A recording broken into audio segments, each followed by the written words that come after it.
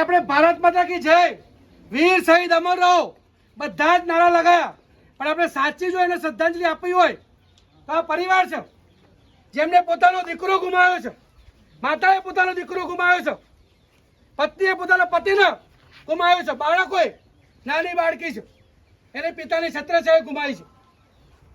અમારા કેપ્ટન સાહેબ આવો, આર્મીના અહીંયા આગળ રિટાયર્ડ કેપ્ટન સાહેબ પણ છે.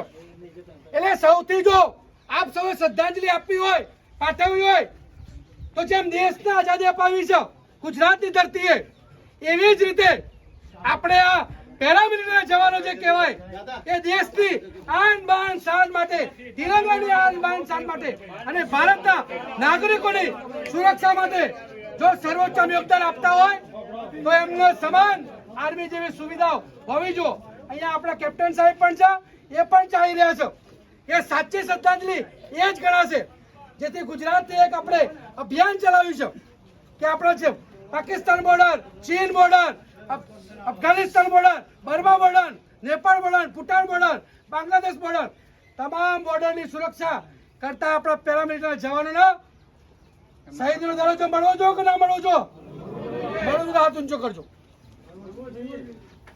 એમને પણ આર્મીના એમના પરિવારની દુઃખ તકલીફ નિવારણ માટે આજે ભાઈ શહીદ થઈ ગયું છે, તેમના માતા પિતાની કાળજી રાખવા માટે, એમના પત્નીની, એમની દીકરીની કાળજી રાખવા માટે કલ્યાણ બોર્ડ હોવું જોઈએ કે ના હોવું જોઈએ?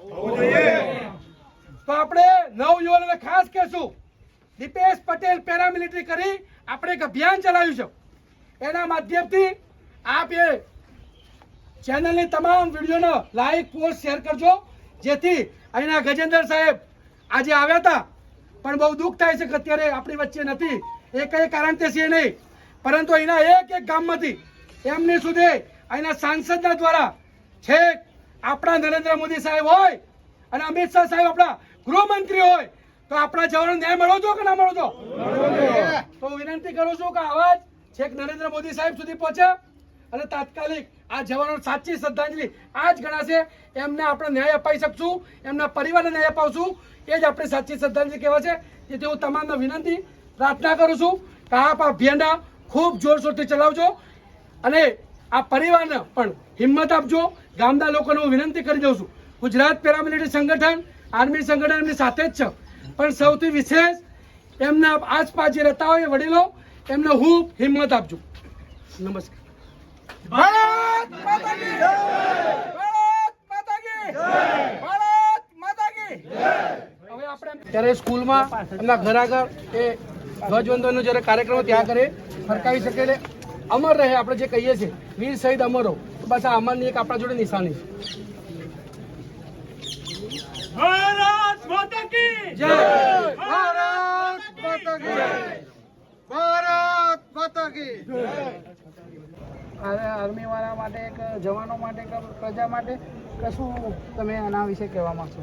પહેલાં તો સૌથી મોટા અગ્નિવીર તો એના વિશે કોમેન્ટ હું અત્યારે હાલ કરવા જે સરકારનો વિષય છે, પણ જે જવાનો દિવસ રાત ખડે પગે જે બોર્ડર ઉપર ઊભા રહે છે, પહેલાં તો સૌથી પહેલો પ્રશ્ન એ છે સાહેબ કે આ પેરામિલિટરી જવાનોનો જ પ્રશ્ન દૂર નહીં થતો તો અગ્નિવીર તો બહુ દૂરની વાત છે. એ નીતિ અમારા પર્સનલ અંગત મંતવ્ય મુજબ ખરેખર આમ જોઈએ તો એક તરફ ખોટી છે, કારણ કે જે 4-5 વર્ષ હોય એનામાં દેશ ભાવના, જેવો દેશ એવો વેશ, જેવો રંગ એવો, જેવો સંગ એવો રંગ, એટલે એ પ્રમાણે જ્યારે જવાન બોર્ડર ઉપર કે જ્યારે ટ્રેનિંગ કરવા માટે જાય છે તો 5 વર્ષમાં એનામાં જે ભાવના હોવી જોઈએ એ ભાવના, દેશ ભાવના એને ધીરે ધીરે કેળવાતી હોય છે. એ જવાનો વચ્ચે રહેતું હોય છે, ટ્રેનિંગ કરે છે 2 વર્ષ 2.5 વર્ષ, તો એને ટ્રેનિંગમાં સમજો નીકળી જતું હોય છે. એના પછી એ જવાનો વચ્ચે બોર્ડર ઉપર હોય કે તમામ એની ડિસિપ્લિન જે શીખતું હોય છે. તો આ 2-4-5 વર્ષમાં અમારા માનવા પ્રમાણે જે તમે જે પ્રશ્ન પૂછ્યો એ ખોટો છે, પણ વિશેષ એ પ્રશ્ન તો સેકન્ડ આવે છે. પહેલાં જ ઓલરેડી